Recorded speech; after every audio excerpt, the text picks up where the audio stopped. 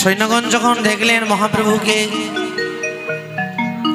মহাপ্রভু বললেন, হে সৈন্যগণ, তোমাদের নবাব কোথায়? তখন কাজী গিয়ে ভয়ে লুকিয়েছে খাটের নিচে। মহাপ্রভু বললেন, তোমাদের নবাবকে সম্মানের সহিত আমার সম্মুখে নিয়ে এসো। দূর হইতে আইল কাজী মাথা নোয়াইয়া, কাজী রে বসাইলা প্রভু সম্মান করিয়া। মামা, আমি তোমার কাছে দুটা প্রশ্ন করার জন্য এসেছি। কি প্রশ্ন?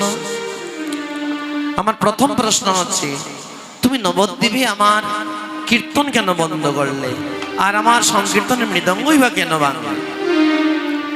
কাজী বলল, নিমাই, ওই কথা বলে আমায় আর লজ্জা দিও না।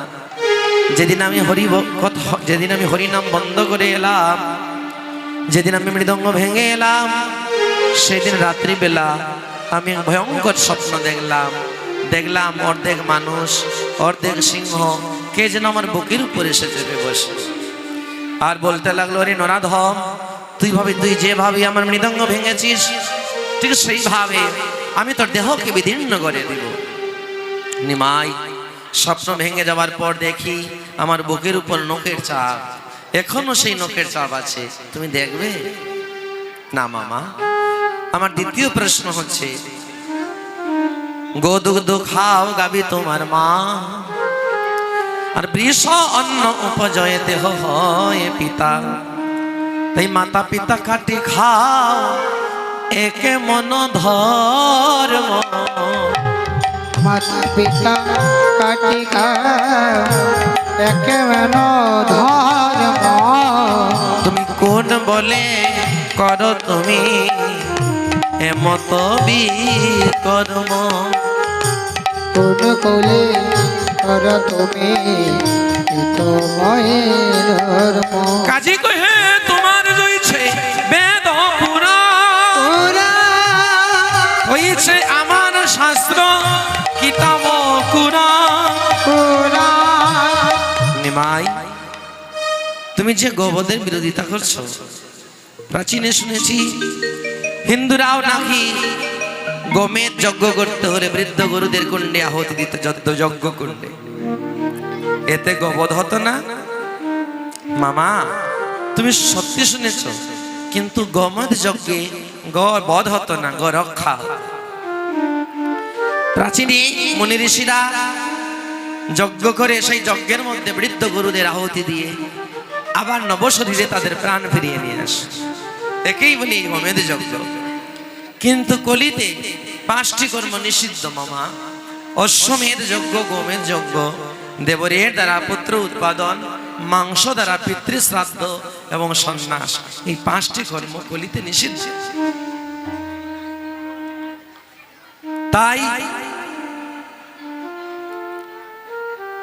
গোমেদ যজ্ঞে গো রক্ষা।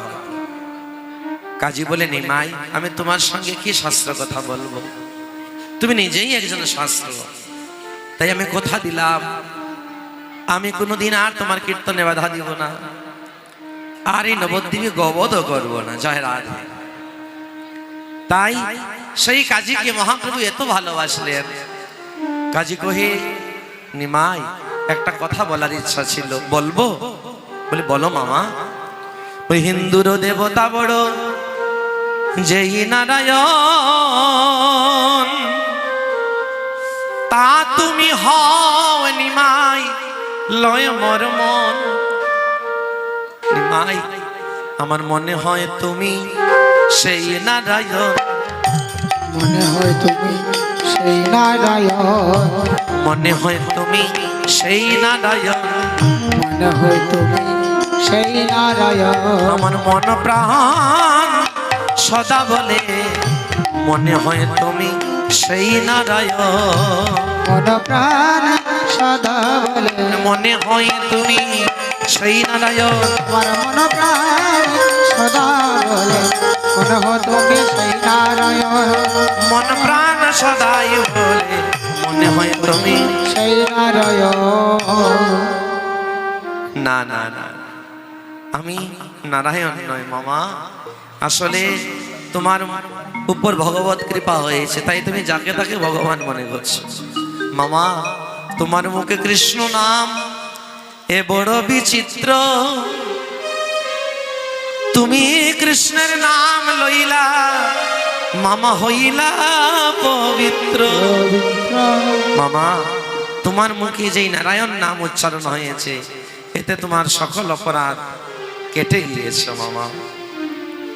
সেই মহাপ্রভু কাজীকে বুকের মধ্যে জড়িয়ে ধরে আলিঙ্গন করলে, এত ভালোবাসলেন কাজীকে।